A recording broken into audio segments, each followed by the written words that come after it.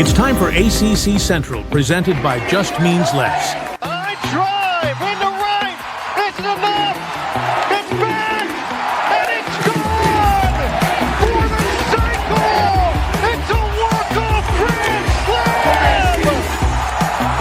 Florida State wins it. Hosted by Monty Taylor. In the air, center field. Moore is under it. And on to Omaha for the Cardinals. Micah Butel.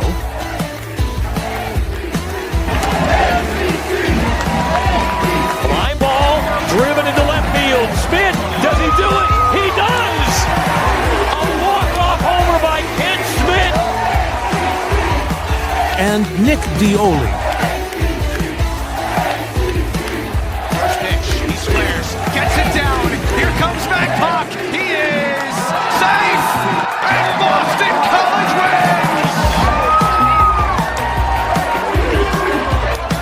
wins. This ball off the plate for 2 balls, 2 strikes. Monty just got landed on. There are 2 pigeons roosting right above me, and my can of Pepsi. Smacked into right field. And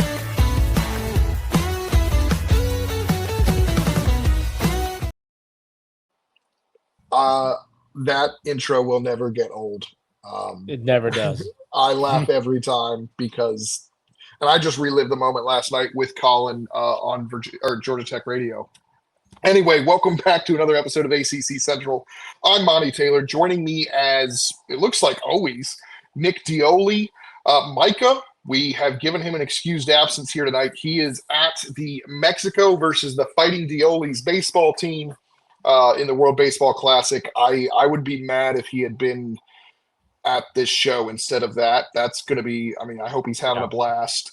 Yeah, I completely forgive him for, I mean, I would have, if he had said, hey, do you want me to do the show or do that? I would have been like, dude, I'll even do it solo if Nick's busy, because obviously you've been busy as well. So, you know, good for him. It looks like Italy is winning that game. It looks like even if Mexico comes back, that will put the U.S. in, from what I understand, based on the scoring tiebreaker, which I'm laughing at how many Americans are not fans of the tiebreakers. Understandably so, because it's not a normal American tiebreaker system. It is a very normal international tiebreaker system, though. You know, in other sports, those other factors play a big part, and you kind of have to have those tiebreakers in a tournament like this where you don't play, you know, as many games, and you got to figure something out. And it's kind of fun too, just to kind of figure out the math behind it and to see all the different charts. But hope Micah's having a blast. We're enjoying watching the USB team, which is Team Italy. It was very strange. I was listening on the way back from Atlanta last night to the end of the game. Obviously, Italy holds on to the 8-6 win. They're interviewing Jack Caglione, and they said, how did it feel to beat the Americans? And it just sounded so funny to me, because obviously Jack Caglione is a red-blooded American young man. So just to hear, how did it feel to beat the Americans, as if he was full-blooded Italian-born and bred. But no, it was that Italian team's a lot of fun. Oh my! I don't know if you have it on, Monty. I'm watching it right now. Vinny Pasquantino just hit his 3rd home run. I love that, and Vinny's a vibes guy, so we love and they're kissing each other on the cheek. Oh, it's so beautiful, Italian. It's almost like they're just like Googled stereotypes beforehand. Yeah, I mean, like when I first saw the Team Italy picture, I was like, they're all good looking. They all have straight jawlines. They're all olive tan skin, and they all drink espresso. And they're all from New Jersey. No, most of them are from New Jersey. Yeah. Yeah. As soon as I was like, when I saw Kyle Teal, I was like, he's on Team Italy, and I was like, oh right, he's from New Jersey. Because I remember the big thing when he got drafted by the Red Sox, that he grew up a Yankees fan when he got drafted by the Red Sox, and obviously never had to play for the Red Sox because he got traded before he made the big leagues. But obviously the big home run for him last night, which is really cool because I got to cover Kyle Teal pretty closely in 2023. Unfortunately, he pulled his hamstring shortly after, which forced them to make some changes at catcher. But anyway, we got more important things to talk about, Nick. Yes. You texted me pretty early in the first inning or second inning of the Boston College game yesterday.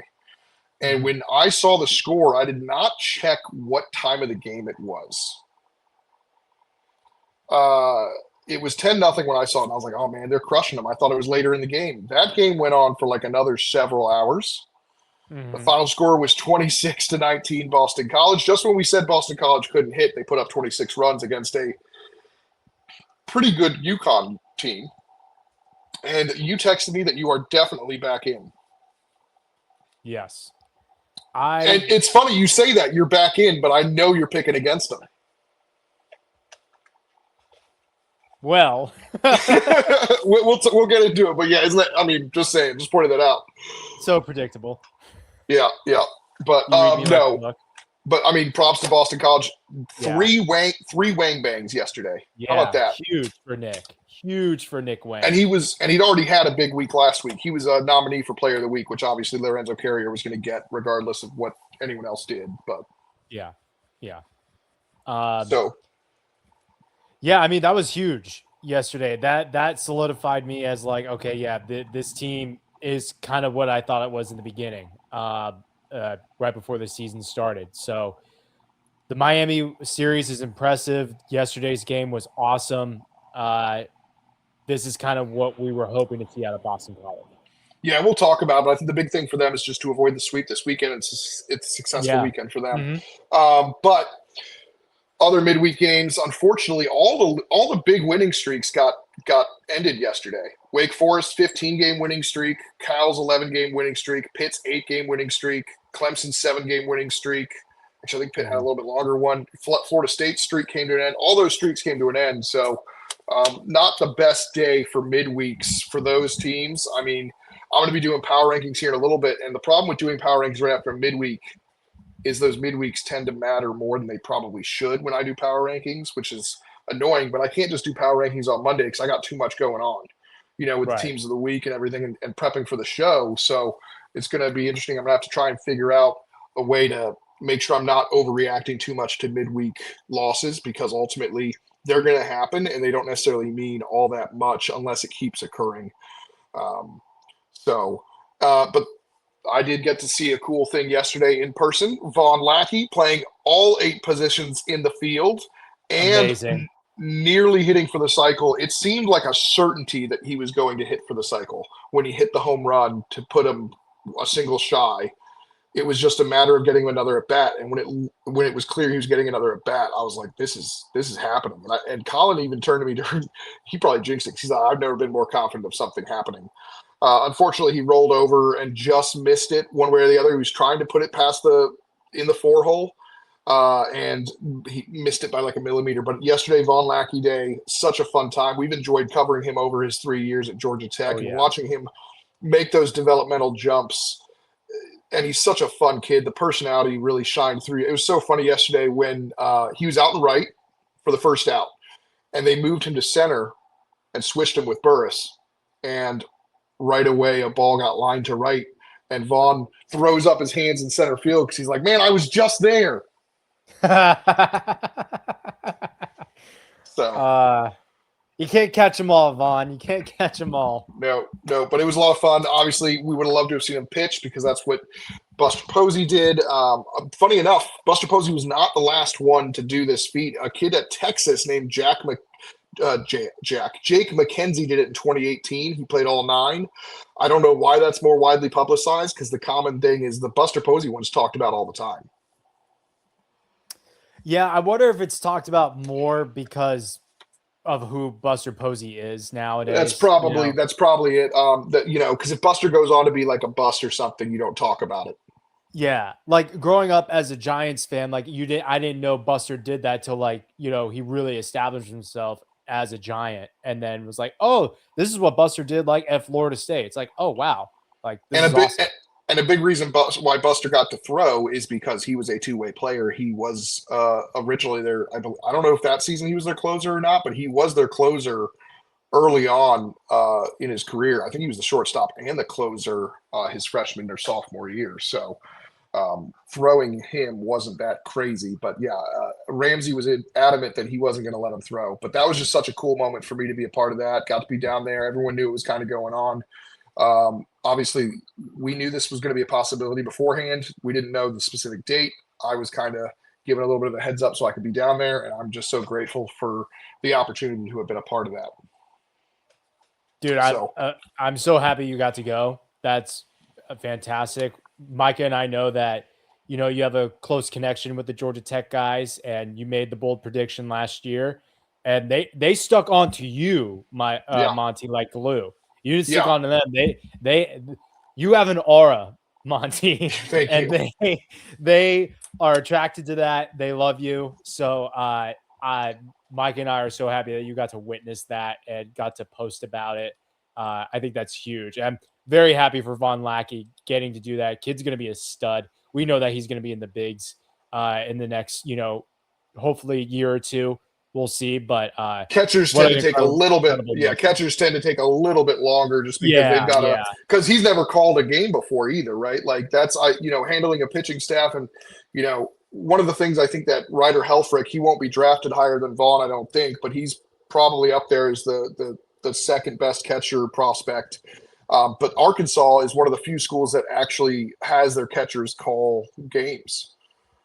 Which is, I think, a really cool thing, because that was a really kind of under the radar thing when Gage Wood threw that no-hitter in CWS last year, is that Ryder Helfrich was the one calling those pitches, not the pitching coach, which is so cool to me. But I understand the issue there. Like, I remember the reason I knew that Arkansas did that is because during the Wake Forest seminar, Corey, it was the pitching coach for Arkansas. I want to say Matt Hobbs is his name, and he mentioned that, and Corey was like, I could never give up that level of control. That's not a surprise to me. Yeah, no, not at all. So Moose was like, that's great, but I never have possibly done that.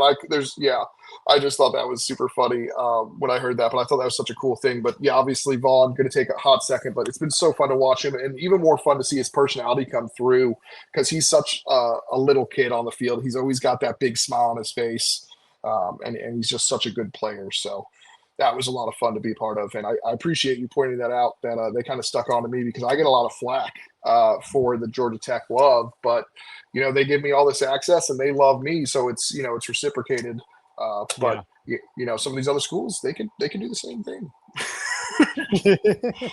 Speaking of Georgia Tech, they are on the road at Clemson this weekend. It is a Thursday through Saturday series, our first of the year, which means the first game will be on national television on ACC Network. And it's going to be a lot of fun. We've got the first two pitching matchups revealed, and then both teams going TBA on Sunday as they kind of try to figure out the Sunday starter situation. But it'll be Aiden Canuck versus Tate McKee on Thursday night. Friday, it'll be Michael Sharman versus Dylan Loy. And then Saturday, to be determined, to be announced, whichever one they officially went with. But last year, this game in this series in Atlanta was cinema. Clemson obviously coming off a very disappointing loss to Georgia Southern. Offense kind of went cold there. But Georgia Tech at Clemson, what are you seeing out of this series? And what's your pick? Honestly, Monty, seeing cinema again. I think these two teams are playing very good baseball right now. I think Clemson's still kind of a little under the radar nationally. Everyone knows what Georgia Tech has been like and what all the hype in the preseason. I think this is the year Georgia Tech gets it done in a rubber match on Sunday. I think Georgia Tech takes this 2 of 3, gets the big win up in Clemson. I love that. I think it's funny because I do think Georgia Tech needs this series a little bit more to kind of legitimize themselves. We know how good they are, but I think a lot of people like to say they haven't played anybody. And Virginia Tech's not nobody. Yeah, they were struggling and they didn't play well, but Virginia Tech, we believed, was going to be a tournament team before the year. And they may not be ultimately, but they are still a Power 4 school with pretty good pitching that hasn't quite performed. But Georgia Tech kind of needs this to kind of legitimize themselves on the national level, whereas, I'm sure Clemson fans feel they need this as well, because they haven't quite figured out what this team is. And it's going to be interesting matchups because we love Clemson's pitching staff, right? And they're going to be facing this Georgia Tech video games like offense, right? So we should see some of those numbers from Georgia Tech come down a little bit, but it's going to be interesting to see that kind of matchup. But on the other side, Clemson's offense has been really inconsistent and disappears at times, and they don't have they don't always put up the numbers they should, and they'll be facing kind of a scuffling Georgia Tech pitching staff that's kind of taken a step back from last year when we thought they were going to take a step forward. Yeah, I mean, we'll see. I think it's going to be, again, cinema. The key for Clemson, like you said, if they could stay consistent with the bats, and I know they're pitching, I do tend to lean Clemson's pitching here. I just think Georgia Tech's bats are just going to outlast Clemson's bats. Absolutely, and all they got to do is win one of those games against Charmin or Canuck, and then Sunday, they're going to be able to grind and force the bullpen to come in early on any of those games. That's going to kind of break it open. I think it's going to be interesting to see. It's going to be fun. I cannot wait. I'll be on the radio for Georgia Tech on all three, wearing my Georgia Tech gear because I'm part of their travel party. They are the ones that I'm getting credentials through, so I'll be basically employed by the Georgia Tech radio this weekend. But yeah, that's going to be a fun one. I have the picks in for our other people. Micah is going with Clemson 203. Dom Listy, what do you guys think he's going with, right? He's legally obligated to go with Clemson. He's going with Clemson. Yeah. And then Kaylee, in a bit of a surprise, if I read this correctly, she said that she's picking Georgia Tech in a sweep, which kind of startles me a little bit. Wow. A sweep would be quite the statement for Georgia Tech. Yeah, you can, depending on how like UCLA, Texas, and a couple other teams up there in the top 5, if Georgia Tech does that, they have a legit shot at being top 2 and not 2. Yeah, because I mean, sweeping a top 20 team. I can't remember where Clemson is in the consensus ranking. They should be in the top 15 at least. Yeah. But to sweep them on the road would be quite the statement, and certainly kind of announce themselves on the national level for sure. Certainly would legitimize them for sure. All right. To the normally scheduled Friday through Sunday series, we're going to start with Notre Dame on the road again at Louisville. Notre Dame is taking care of business. They took care of business during the midweek at Queen's University.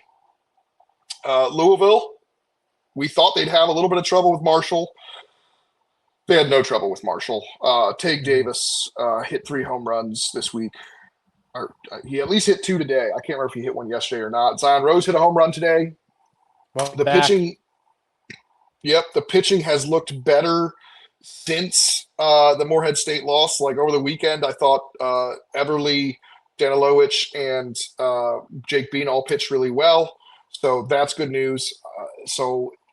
Are they back? I'm not quite ready to declare that. They're going to need to come out here and play well in ACC play. I still think Notre Dame's getting Louisville at the right time. It's a perfect time for Notre Dame to really make a statement themselves that they are a tournament caliber team, that they are going to play their way into the NCAA tournament. Because again, they're notoriously slow starters in conference play. And if they win this series on the road at Louisville, they'll be 4-2, not just to start conference play, but 4-2 on the road to start conference play. Yeah, this is a massive series, I think, for both teams. Like you said, I think Louisville's starting to feel themselves a little bit. I think all three of us were a little worried about their midweeks against Marshall, but I feel like the Zion Rose spark just being back in the lineup did something.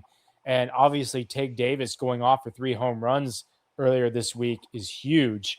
But then on the Notre Dame side, a lot of stud sophomores and freshmen got the big series win against Duke. They're riding a little bit of momentum too. I still think Louisville really benefited not starting off an ACC play last week of those teams that didn't. I think they needed it the most before starting conference play. I'm going to take Louisville close 2 out of 3. I think Zion's going to do some damage. I think Tag is getting his way back in. The pitching staff is looking pretty good. We'll see. I think it's going to be a close one. If the Louisville pitching staff has solidified itself, I do like Louisville here, but I'm not convinced quite yet. Yeah. I'm gonna take Notre Dame because I think Notre Dame's offense is going to be able to do enough damage, and I think that pitching staff. I mean, you got to think Jack Riddell is going to be able to do enough on Friday to shut them down and gives them a better chance to win than Ethan Eberle. And if that happens, all they got to do is win one of the next two against questionable pitching. So I'm going to go Notre Dame. Apparently, I'm the only one going Notre Dame. Micah is going Louisville as well. Of course, he is. Dom is going UL as well, and so is Kaylee. So on the bright side, I'm saving the graphic from a clean sweep of Cardinals. Any of the pick sweeps? Nobody picked sweeps there. Okay. All right.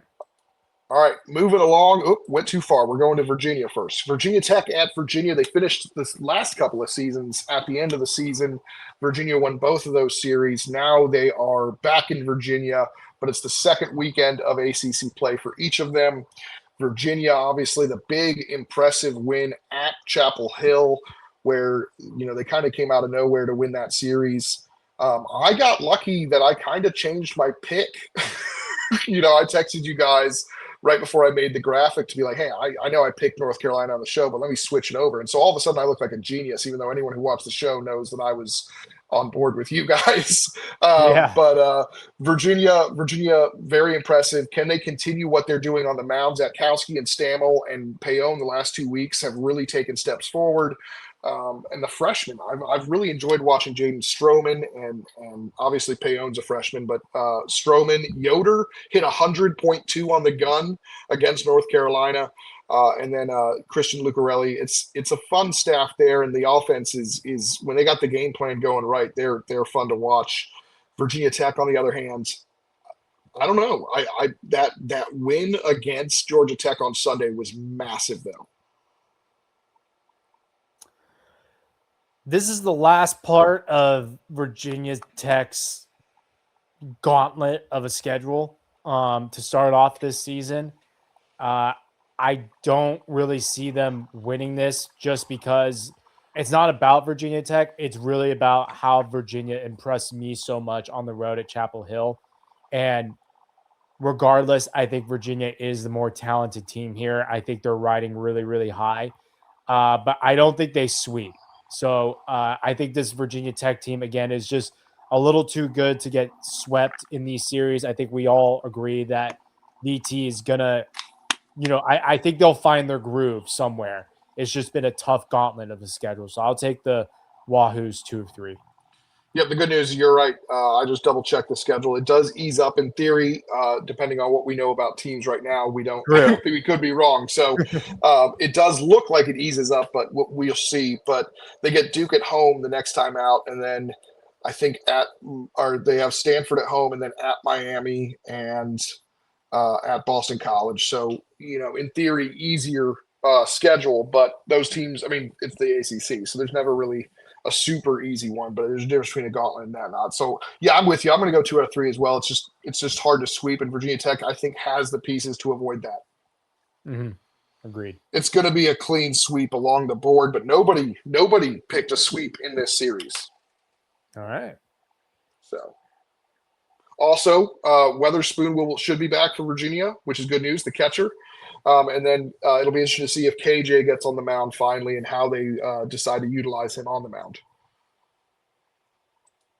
All right, North Carolina making their first trip out west. They didn't do it at all last year. They're doing it this year. They bounced back with a good win midweek over Bucknell. I mean, that's expected. They needed to do that, though. They looked uncharacteristically sloppy against Virginia. Obviously, Virginia's game plan against the starting pitching was great, but there was a lot more wild pitches than I expected, some errors that I think they're going to clean up. But Cal is going to get their first test, and they've got to be feeling pretty irritated with themselves. That win streak, that 11-game win streak, got snapped by San Jose State during the midweek. But how are we feeling about this? Because this could go either way. Yeah, I mean, Cal has really impressed everybody. We were in terms of like being online, a lot of people were like, hey, give Cal some votes in the top 25, man. They've looked really, really good. Their rotation has been under the radar, like one of the best so far in the country. Like Gaviniti, De La Torre, they've been just phenomenal. so far. And Carolina, I mean, this is another tough series. They got to travel for the first time.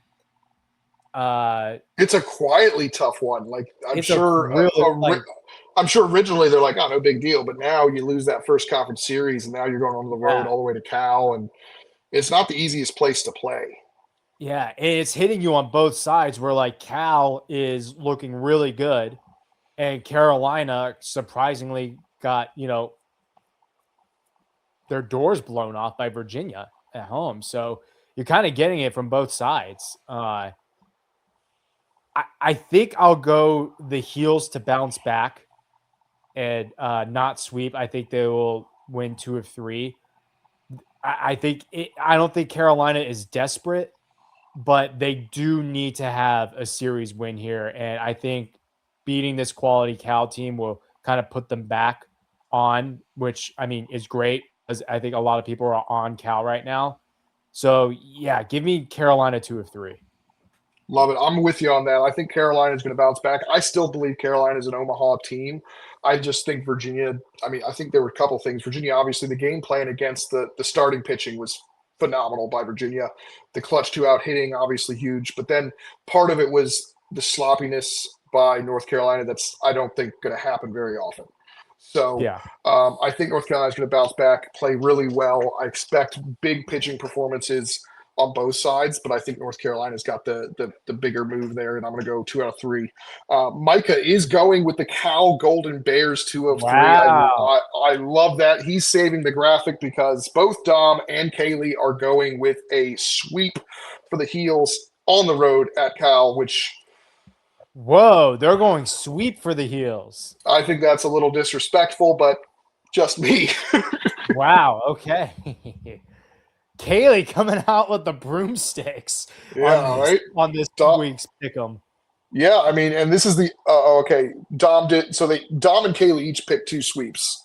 Micah's picked none. So we've already kind of Kaylee's 2 sweeps that she picked are out of the way. She picked Georgia Tech to sweep at Clemson, UNC to sweep at Cal, and then Dom has UNC at Cal, and then another one that we haven't talked about yet. But let's stay out west, Nick. Okay. We got Pitt at Stanford. Pitt's wonderful streak comes to a close. Santa Clara, which is now 3-2 against the ACC, as far as I know. I don't remember if they've played Stanford yet or not.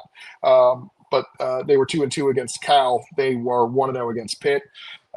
Pitt's streak comes to an end. This is going to be a fun series to find out about both teams. Stanford is been really bad, but now they're back home. And they're facing a Pitt team that I thought was going to be the worst team in the league. They have not been, but now Pitt hasn't played anybody, granted, but they have played really well, much better than I think they have in years past. So it's going to be interesting to see how this shakes out. I think Pitt's kind of just getting a gift here right now. They look great. This is the best they've looked to start a season since we've been doing this. And to stay out west all week is huge for them. I think they get a little bit of a battered down Stanford team that was all the way out here in North Carolina. I got the Panthers winning 2 of 3 and just kind of making a little statement to the rest of the ACC, like, hey, we're here. We're going to get this job done out west. Yeah, the only thing that makes me nervous is how well that Stanford team hit against Wake Forest pitching. Yeah. And we know Wake Forest pitching is not a joke. Yeah. Sasaki, I think, found something. Over the last 3 games, Wake Forest pitching has gotten roughed up. I know, I was just talking to somebody and they mentioned it was Jack DeLongchamp who was at the Coastal Carolina game last night. And he said, I think all 7 hits against the Wake Forest that were like big hits were all off-speed hits. So that I thought that was interesting. But Wake Forest, the way Stanford handled some of that Wake Forest pitching was really good. If they have some sort of pitching on the other side, they probably win at least 1 game, probably 2. Because one was 9 runs, one was 10 runs. They lost both games. So tough there. So this is a real test for Pitt's pitching. If it really is better than we thought it was and improved on last year's. Micah has gone with Pitt. You have gone with Pitt. Dom and Kaylee have gone with Stanford, so now I'm kind of on the fence trying to figure out which way I'm going to sway. And I'm ready to drive this hype train for Pitt, but I also want to be right. So it's tough. But you know what? We're going to stick with Pitt and Lorenzo Carrier. The hype train is going on. Pitt Panthers, baby. Let's go. Let's do it. On the road at Stanford. All right. Now to two teams that are starting their second week. Miami at Duke. We got the Blue Devils. They had a rough midweek. Miami, I think, is playing now or is already finished. Let me double check. Well, maybe not. Maybe who knows? But I'll double check for you, buddy. No, it's fine. So let's talk about this series. Duke back at home, back at Coombs. They lost to High Point, which we are not surprised at considering what High Point did against Florida. What are you thinking here with Miami at Duke? It's going to be interesting. Yeah, I mean, I think one team came out of their series like, okay, we probably could have won that.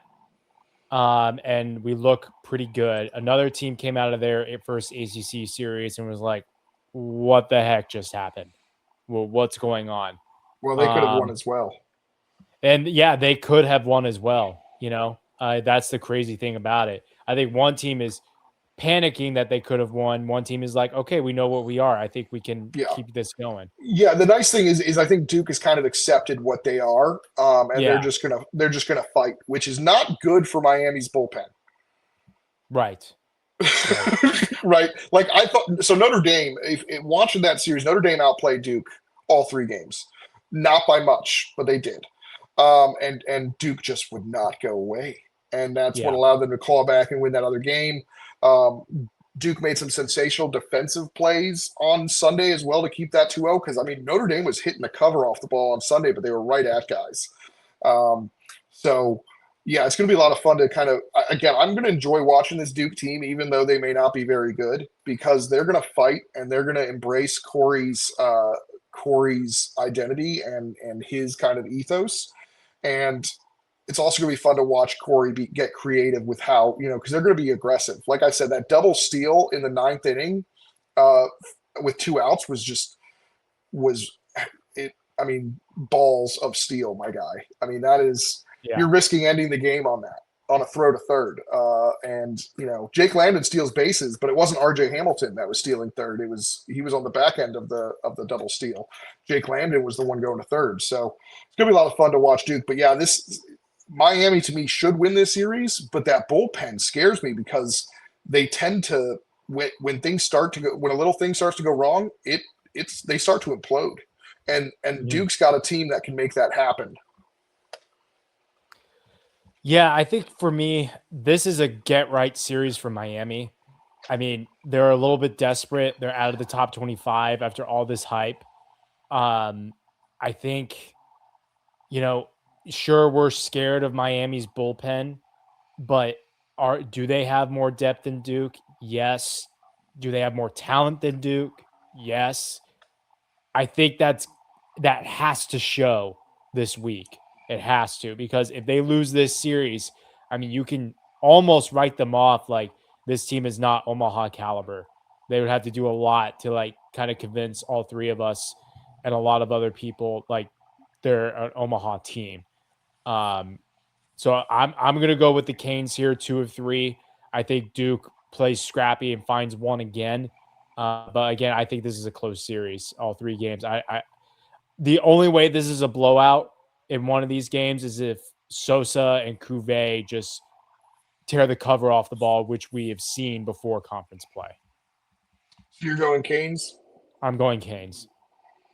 Raisin Canes, chicken. No, I'm going Canes as well. It seems like Kaylee's going to save the board. I think she feels legally obligated to pick Duke because she worked there for a semester as an intern. So I think she picked them. But the rest of us going Miami. No sweet pick. So Miami on the road. It shouldn't be easy though. I would not be surprised if Duke wins the series. Yep. Okay. BC Bird Ball, another tough road test for them. They got to go home and face UConn. Now this is a tough stretch of games that BC has come through, and they've done fairly well, right? I mean, it's funny because they have those two bad losses to Northwestern, but then they very nearly win that series against Florida Gulf Coast. They sweep Florida International. They win the series over Miami. They score 26 runs in a midweek against UConn. Now they have to go on the road to NC State. That's a pretty tough stretch, and they've come through it pretty well. NC State, on the other hand, I saw that Elon loss coming a mile away because Elon pitching appears to be pretty good. They only lost 5-1 to UNC the week before. I think they had a no-hitter or something over the weekend, one of the weekends. The Elon pitching is no joke. That being said, you still expect NC State to generate enough offense to win, but it just screamed that NC State was going to lose that game for whatever reason. This is going to be fun. I mean, this is going to, we talked about it earlier. I think if Boston College goes in there and wins one game and is competitive, I mean, even if they're not competitive, if they win one game, I'm feeling really good about Boston College after two ACC series being 3-3. Yeah.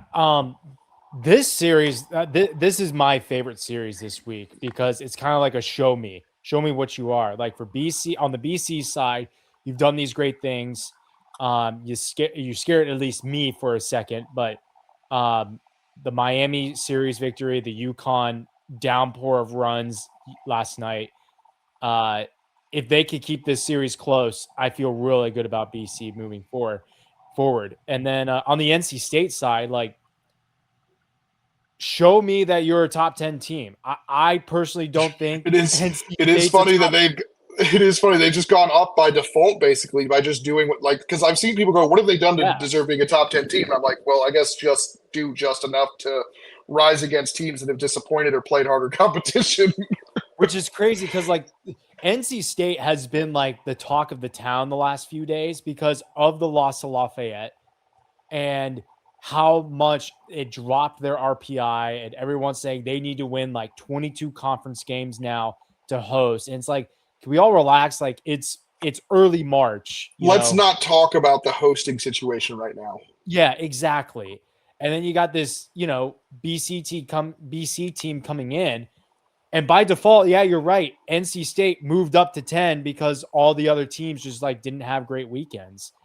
So it is a show me for both teams. Like, how legit is BC? I think they are. And how legit is NC State? Are they top 10? I'm not so sure. I think they're top 15. I had them in my top 15. But I think State's going to win 2 of 3. I think the pitching is just a little bit better against Boston College. I think both sides have really good bats, so we'll see. But I think the depth of NC State's going to outlast BC. How concerned would you be if NC State loses this series? I would be concerned. I think it's time to okay, what's going on here? You can forgive the Princeton loss. That was a weird one. You can forgive Lafayette, maybe. Elon, I think, midweek, you saw it from a mile away. If they lose this series at home, it would almost be panic time. I don't know about panic time. There's still a lot of season. But again, part of our job is it's hard not to overreact, right? Because we're having to view stuff in a small time. It's not easy to be patient when we have to talk about it all the time. But I'm going to NC State needs to be clean. Because we know what Boston College is able to do. They're able to force mistakes and put pressure on you and make you beat yourself, basically. And that's why teams like, last year's Wake Forest team struggled with Boston College, right? Remember, because that team had a tendency to make mistakes and then pile up, right? And Boston College feeds on that. And NC State's got to be clean. Otherwise, that's going to happen. And, they haven't played anyone quite like this in a hot second, and I wouldn't be surprised they come out a little cold. And I'm gonna actually pick an upset here. I'm gonna go with Boston College in a surprise upset here to take 2 of 3. And I don't think that NC State needs to freak out because of that. I think they will, but I will. the fan base certainly will. I mean, they already are to an extent, but I think Boston College is going to show their mettle and start to make people take notice that maybe that Miami thing wasn't a fluke. If BC beats State, Monty, is BC a top 20 team? They're getting close. The Northwestern losses are loud. They are loud, yes. And the Florida Gulf Coast loss is tough too. If they'd won that series, I'd probably say yes, probably like number 25. But then again, I also have to look at how the top 25 did too, right? Because that plays a factor. Because there weren't many teams to take out this week. I think D1 took West Virginia out for some reason and put somebody else in because they wanted to. But it's interesting. But I'm going to go Boston College. Kaylee's with me. She's taking Boston College. Micah's taken State. And Dom is taking North Carolina State in a sweep. Wow, Dom. That was his second sweep. Yep. I imagine I will be taking some flack for the Boston College pick once we release those picks. But that's ball. And I'm going to be wrong plenty of times this season. That's the name. I mean, if I was always right, somebody would have hired me to like predict stuff. You know what I mean? Like I'd be making a lot of money if I was always right. So. Yeah, wouldn't we all? Yeah, exactly. Yeah. I'd be running the stock market. I'd probably been killed by now for knowing too much. Like, I'm going to be wrong sometimes. I am going to be right a lot, and I'm going to let you know about it. But yeah, not perfect. All right, big series this week at the couch. You going to be there? I am. Yes. Me too. What? Remember Clemson, Georgia Tech, Thursday through Saturday. Oh, okay. So Sunday, I will be at the couch. Although Grant did send me an immediate email that said denied to my credential request, and then 5 minutes later, after letting me sweat for a second, which I knew he was joking, said, "Yeah, you're fine. I got you on the list." So, although if Florida State scores a lot of runs and wins that Sunday game, I may be in trouble. So Wake Forest and Florida State. Our good friend Darren Vaught will be on the play-by-play for the TV games, all three games. So that'll be exciting. But yeah, Florida State at Wake Forest. It's a big one. Obviously, was a fun series last year. Was that one that Wake Forest went on the road and won 2 of 3? Yeah, and surprised everybody when they were struggling. They were struggling a lot, and that kind of revived them. And then they went back down. That was like a Matt Scannell series. He went off in that series. Man, we're only 1 year of Matt Scannell. That's the downside of the graduate transfer. I wish he was on this roster. Like he would bond so well with this roster right now. I miss Matt Scannell. Absolutely. Okay, let's talk pitching. Obviously, Blake Morningstar, pitcher of the week, great outing. Chris Lavonis, it's funny, he just had an off day, and it was still 3 runs in 5 innings. Yeah. Also, I don't know how you didn't it didn't give you alarm bells when you're doing the stats that you missed him, by the way. I was saying to myself, I gave myself the excuse when I do the stats, it's like 11:30. Oh, and you lasered in. Try to get them done. Because the moment I saw your strikeout totals, I was like, "There's no way Lavonis doesn't have more than that." Yeah, so I do kind of blame myself because, like, I blame you 100%. I saw you can, yeah. I saw Chris today, and I'm just like, I can't. When I saw him today, I thought to myself, I just can't believe it didn't pop in my head that he was not listed on strikeouts for the ACC. So I felt really bad about that. Yep, and now we're going to see what Wake Forest is, because obviously Clemson during the midweek they played, but Stanford's a Power 4 school, but Stanford, we kind of all agree, so far the number 16 team in the conference. They haven't really played anybody else on the weekends. So it's going to be interesting. We're going to see what Wake Forest is made of. We're going to see what Florida State is made of, because when they've played somebody, they have not had the best weekend either. They lost to Florida. So this is another, show me series. What are you thinking? What are you picking? I know what you're picking. You stick with your boys. I will go Wake 2 of 3. The bats have been really, really good. Monty. I think that's been the difference here at the bat. I haven't seen the bats be this consistent in a little bit on the Wake The Forest health, team the health of Luke Costello is is huge. And 'cause they're like I hoping to said- get I think they're hoping to get Andrew back this weekend too. So the health yeah, of Luke Costello. yeah. Because I mean, obviously, when he was banged up to start the year, Dalton Wentz and Cade Lewis are really good hitters, but for whatever reason, the pressure was all on them, and it wasn't quite the numbers they would have liked to have put up. And then all of a sudden, Costello's in the lineup, and everybody ranks. Yeah. It just lengthens and deepens that lineup and makes them more dangerous. So you're going 2 out of 3. I'm going to let you know. Micah went Florida State because, he hates Yeah. Wake Forest. Of course. Dom picked Florida State. Kaylee went Wake Forest. So I am once again straddling the fence trying to figure out where I am going. I am hoping that it is tied 1-1 heading into Sunday's game. If that's the case, you got to feel pretty good about Duncan Marston. I'm going to go Wake Forest 2 out of 3 here, I think.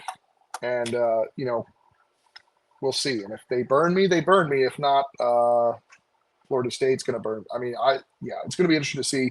Nobody picks a sweep here, but that's going to do it for our picks. It's going to be a fun series, fun weekend of full ACC play. You ready, Nick? We got our last I'm segment. ready. It's X Factor time. Let's go. All right. First, I'm going to give you Micah's pitcher X Factor. He's going with Wes Mendez of Florida State on Friday night against the Wake Forest Demon Deacons. He thinks Micah thinks if Wes Mendez has a good outing, it's going to be a big X factor in this series. If he has a bad outing, it's going to obviously have a negative impact on this series. He thinks that Wes Mendez is the pitcher that it kind of all hinges on. Kaylee is going with Jack Riddell, who has been outstanding. He's obviously up there with Sharman and Chris Lavonis for that early ACC Pitcher of the Year award race. She's going with Jack Riddell on the road at Louisville to shut down the Louisville Cardinals. And if he does that, obviously that puts Notre Dame in the driver's seat to win that series. Nick, who is your pitcher X Factor? I'm going to go with Mr. Brett Renfro of the Virginia Tech Hokies. The starting rotation of Virginia Tech has been disappointing. And I think they really need a spark from their ace. And what better way to do it against your state rival and kind of put yourselves in a good position throughout the rest of the week. So I will go with Brett Renfro. I'm going to go with somebody. I want to go with Jason DeCaro, but I'm not going to. I'm going to go with Tate McKee. He's somebody who hasn't been up to his standards yet this year, and I think they really need him to be at his best. He was pitching pretty well. Unfortunately, the weather delay shortened his start, so he basically pitched like 1 inning and then pitched 2 innings 2 hours later, which you don't normally see guys pitching out of the rain delay. And he did. He pitched pretty well. Obviously, there was some traffic, but I think Tate McKee is going to be critical to Georgia Tech's start. And I think I'm going to go with him over DeCaro, who I think would like to see him have a bounce back. But obviously, I think the Tate McKee is more of an X factor than Jason DeCaro. Love it. Okay. Let's move to our player. Micah is going with Luke Gaffney in that Georgia Tech Clemson series. Gaffney, obviously, somebody that we really are hoping for a bounce back year. He's hitting the ball. He's not quite getting as much extra base hits as he would like, but there's still time. He's hitting the ball hard. It's starting to go in the air a little bit more. We'll see about Luke Gaffney, but that's who Mike is going with as his X factor. And Kaylee is playing both sides of the fence for the second week in a row. Remember last week I think she picked Renfro and then picked Vlacki for the player. She's picking Riddell for the pitcher and Tage Davis for the hitter. So Tage Davis, obviously the ACC leader with 11 home runs on the season. I think he's up to 39 RBIs, which is bonkers. So she's going Tage Davis. Nick, who is your player X factor? I'm going to go with Mr. Javar Williams of the Demon Deacons. Javar has been Wake's bread and butter in that lineup, even when Luke Costello was out. He stepped up. He's been very consistent with the bat. He is just his power has come along. I actually can't wait for you to see him on Sunday in person, Monty, because the power has come along so much. I think he's one of the more improved players in the ACC this year. He's hitting for average. He is flying around the base paths. If he can stay consistent, I think that he's going to be a big reason why Wake Forest beats Florida State this weekend. And imagine how good this Wake Forest offense would be if you had the original plan. Because remember, the original plan was Boston Torres leading off. You probably have Javier Williams at the bottom. Javar Williams, excuse me. I've decided to make him Spanish. Javar Williams at the bottom of the lineup, and he'd be turning that lineup over. And instead, he's done a great job in the leadoff spot, filling in that role that Boston Torres we hoped would fill. But just an outstanding season. I'm looking forward to seeing him in person. Ready for my X Factor? I'll stay in the same series, Bucko. Oh,